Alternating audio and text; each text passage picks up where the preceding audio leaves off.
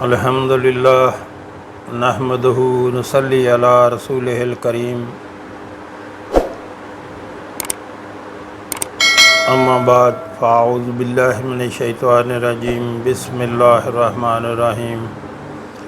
محترم ناظرین، السلام علیکم ورحمۃ اللہ وبرکاتہ۔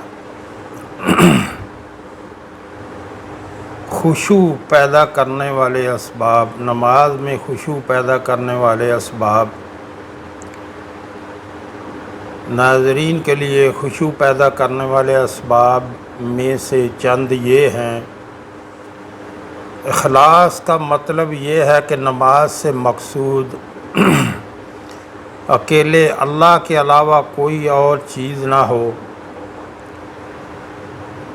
وگرنہ وہ نماز نہیں ہے، بلکہ محض نمود و نمائش اور ریاکاری ہوگی، جو کہ شرک ہے۔ سیدنا شداد بن اوس رضی اللہ تعالیٰ عنہ فرماتے ہیں، میں نے رسول اللہ صلی اللہ علیہ وآلہ وسلم کو فرماتے ہوئے سنا، جس نے دکھلاوے کی نماز پڑھی اس نے شرک کیا۔ یعنی جو کسی کو دکھانے کے لیے نماز پڑھے گا وہ شرک کرے گا۔ اور سیدنا ابو سعید خدری رضی اللہ تعالیٰ عنہ فرماتے ہیں، ہم مسیح دجال کا ذکر کر رہے تھے، اتنے میں رسول اللہ صلی اللہ علیہ وآلہ وسلم تشریف لائے اور فرمایا، کیا میں تمہیں دجال کے فتنے سے بھی زیادہ خطرناک بات سے آگاہ نہ کروں؟ ہم نے عرض کیا، ضرور یا رسول اللہ صلی اللہ علیہ وآلہ وسلم۔ تو محسن انسانیت صلی اللہ علیہ وآلہ وسلم نے ارشاد فرمایا، وہ شرک خفی ہے، اور وہ یہ ہے کہ ایک آدمی نماز کے لیے کھڑا ہو اور نماز کو لمبا کرے کیونکہ کوئی دوسرا آدمی اسے دیکھ رہا ہو۔ تو محترم ناظرین، کبھی ایسا بھی ہوتا ہے کہ آپ نماز لمبی کر دیتے ہیں دکھانے کے لیے، یا کوئی بندہ لمبی کر دیتا ہے دکھانے کے لیے، اور جب سجدہ کر رہا ہو تو سجدہ عام حالات میں جو کر رہا ہے، جب کوئی دیکھ رہا ہو تو تھوڑا سا لمبا کر دیا، تو شرک ہے۔ یہ سب چیزیں جو ہیں ان سے بچنا بہت ضروری ہے۔ نماز صرف اور صرف اللہ کے لیے، اللہ کی خوشنودی کے لیے، اللہ کی رضا حاصل کرنے کے لیے پڑھی جاتی ہے، نہ کہ کسی کو دکھانے کے لیے۔ لہذا نماز میں اخلاص پیدا کرنا، کہ یعنی صرف اور صرف اللہ کے لیے نماز پڑھنا، اس کی تکمیل کے لیے انتہائی ضروری ہے۔ رسول اللہ صلی اللہ علیہ وآلہ وسلم کا فرمان مبارک ہے، اعمال کا دار و مدار نیتوں پر ہے۔ لہذا آدمی جب بھی اور جہاں بھی نماز پڑھے، اللہ تعالیٰ کی رضا کے لیے پڑھے، اور یہی رب تعالیٰ کا حکم ہے۔ وَأَقِیمُوا وُجُوهَکُمْ عِنْدَ كُلِّ مَسْجِدٍ وَادْعُوهُ مُخْلِصِینَ لَهُ الدِّینَ۔ سورۃ الاعراف آیت نمبر 29۔ تم لوگ ہر نماز کے وقت اپنے چہرے قبلہ کی طرف کر لو اور عبادت کو اللہ کے لیے خالص کرتے رہو، اسی کو پکارو۔ اور سورۃ البینہ میں فرمایا، وَمَا أُمِرُوا إِلَّا لِيَعْبُدُوا اللَّهَ مُخْلِصِينَ لَهُ الدِّينَ حُنَفَاءَ وَيُقِيمُوا الصَّلَاةَ وَيُؤْتُوا الزَّكَاةَ وَذَلِكَ دِينُ الْقَيِّمَةِ۔ سورۃ البینہ آیات نمبر 5۔ اور انہیں صرف یہی حکم دیا گیا تھا کہ وہ اللہ کی عبادت کریں، اس کے لیے عبادت کو خالص کر کے، یکسو ہو کر، اور وہ نماز قائم کریں اور زکوٰۃ دیں، اور یہی نہایت درست دین ہے۔ نبی رحمت صلی اللہ علیہ وآلہ وسلم جب فرض نماز سے فارغ ہوتے تو بآواز بلند مندرجہ ذیل درود پڑھا کرتے تھے۔ نبی ماہی صلی اللہ علیہ وسلم کا یہ اتصال لوگوں کے لیے باعث ترغیب ہوتا کہ وہ بھی اپنے اندر اخلاص پیدا کریں۔ نبی رحمت صلی اللہ علیہ وسلم جب فرض نماز سے فارغ ہوتے بآواز بلند مندرجہ ذیل ورد پڑھا کرتے۔ رسول اللہ صلی اللہ علیہ وسلم کا یہ اتصال لوگوں کے لیے باعث ترغیب ہوتا کہ وہ بھی اپنے اندر اخلاص پیدا کر لیں۔ سیدنا عبداللہ بن زبیر رضی اللہ تعالیٰ عنہ فرماتے ہیں کہ رسول اللہ صلی اللہ علیہ وسلم جب فرض نماز سے فارغ ہوتے تو بلند آواز کے ساتھ یہ کلمات ادا کرتے: لا الہ الا اللہ وحدہ لا شریک لہ لہ الملک ولہ الحمد وہو علی کل شیء قدیر لا حول ولا قوۃ الا باللہ لا الہ الا اللہ ولا نعبد الا ایاہ لہ النعمۃ ولہ الفضل ولہ الثناء الحسن لا الہ الا اللہ مخلصین لہ الدین ولو کرہ الکافرون، جس کا ترجمہ ہے: اللہ کے سوا کوئی معبود برحق نہیں، وہ وحدہ لا شریک ہے، بادشاہی اسی کی ہے، حمد اسی کی سزاوار ہے، وہ ہر چیز پر بڑی قدرت رکھنے والا ہے۔ اللہ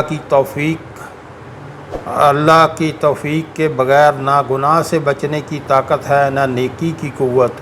اللہ تعالیٰ کے سوا کوئی معبود نہیں، اس کے سوا ہم کسی کی بندگی نہیں کرتے، سب نعمتیں اس کی طرف سے ہیں، بزرگی اسی کے لیے ہے، بہترین تعریف کا مالک وہی ہے، اس کے سوا کوئی معبود برحق نہیں، ہم اپنی عبادت اسی کے لیے خالص کرتے ہیں، کافروں کو خواہ کتنا ہی ناگوار کیوں نہ گزرے۔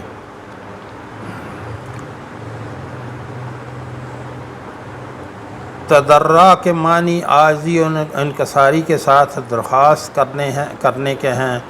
نماز میں عاجزی، انکساری اور تضرع کا اظہار لازمی ہے اور اسی سے خشوع خضوع بھی پیدا ہوتا ہے۔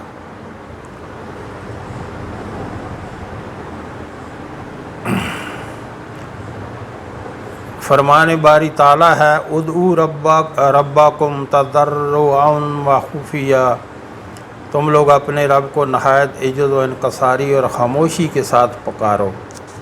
محترم ناظرین، یہاں آپ سے گزارش کرنا چاہوں گا، ہمارے ہاں دن کے ٹائم میں ایک دسترخوان چلایا جاتا ہے جو کہ فری آف کاسٹ، بلا معاوضہ کوئی بھی اس میں کھانا کھا سکتا ہے۔ ہمارے آقا صلی اللہ علیہ وآلہ وسلم کا فرمان ہے کہ سلام کو عام کرو، یعنی سب کو سلام کرو، کوئی جاننے والا ہو یا نہ جاننے والا ہو، سب کو سلام کرو اور لوگوں کو کھانا کھلاؤ، سلامتی کے ساتھ جنت میں داخل ہو جاؤ گے۔ تو جو ہمارے بہن بھائی ملک میں یا ملک سے باہر رہتے ہیں، مثلا امریکہ، کینیڈا، برطانیہ اور خلیجی ریاستوں میں، یورپی ممالک میں، اللہ نے ان کو اپنے فضل سے بہت نوازا ہوا ہے، ان سے گزارش کروں گا کہ آپ بھی اس کار خیر میں اپنا حصہ ضرور ڈالیں۔ یہ آپ کے تعاون سے اور اللہ کے کرم سے ہمیشہ چلتا رہنا چاہیے۔ یاد رکھیں، جو آپ نے اللہ کے راستے پہ خرچ کر دیا تو اللہ اس کو دنیا میں بھی کئی سو گنا بڑھا کر واپس کر دیتا ہے اور وہ آخرت کا ذخیرہ بن جاتا ہے، اور جو دنیا میں آپ نے خرچ کیا وہ ضائع ہو گیا، اور جو اللہ کے راستے پہ خرچ کیا وہ باقی بچ گیا، وہ آخرت کا ذخیرہ بن گیا۔ تو نیچے ویڈیو میں میرا واٹس اپ نمبر چل رہا ہے، اس میں آپ رابطہ کر کے طریقہ کار پوچھ سکتے ہیں۔ اللہ ہم سب کو نیک عمل کی توفیق عطا فرمائے۔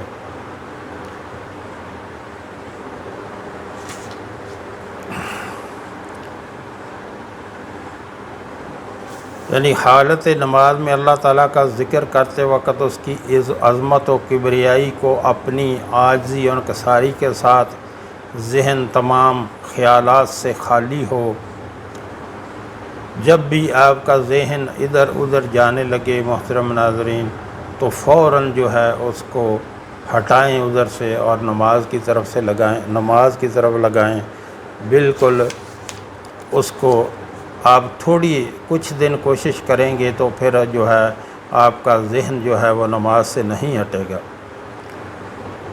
اپنے نفس کو علائشوں سے پاک کر کے یکسو ہو کر پورے اخلاص کے ساتھ اپنے رب کی یاد میں لگے رہنا، یعنی حالت نماز میں اللہ تعالیٰ کا ذکر کرتے وقت اس کی عظمت و کبریائی اور اپنی عاجزی اور انکساری کے ساتھ ذہن تمام خیالات سے خالی ہو۔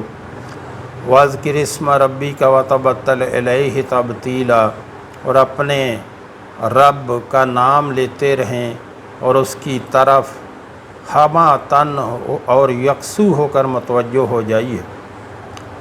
اس کا معنی ہے وَاذْكُرِ اسْمَ رَبِّكَ وَتَبَتَّلْ إِلَيْهِ تَبْتِيلًا، اور آپ اپنے رب کا نام لیتے رہیے اور اس کی طرف ہمہ تن اور یکسو ہو کر متوجہ ہو جائیے۔ تو محترم ناظرین، جب آپ نماز میں کھڑے ہوں تو طرح طرح کے خیال آتے ہیں، تو اس کو خیالات کو ہٹا کے اللہ کی طرف متوجہ ہوا کریں۔ کچھ دن انشاءاللہ گزریں گے، کچھ دن ہی گزریں گے کہ انشاءاللہ آپ کا دھیان جو ہے پوری طرح نماز میں لگ جائے گا، اور اللہ کے لیے یکسو ہو کر مخلص ہو کر نماز پڑھنی چاہیے، نہ کہ کسی کو دکھلانے کے لیے۔ اگر دکھلاوے کی نماز پڑھی تو وہ شرک ہے، وہ کوئی قابل قبول نماز نہیں ہے۔ اللہ تعالیٰ اخلاص دیکھتا ہے کہ بندہ کتنا مخلص ہے، کتنے اخلاص سے میری عبادت کرتا ہے۔ جو ہم نے پڑھا، جو ہم نے سنا، اللہ ہمیں اس پر عمل کی توفیق عطا فرمائے۔ وآخر دعوانا الحمدللہ۔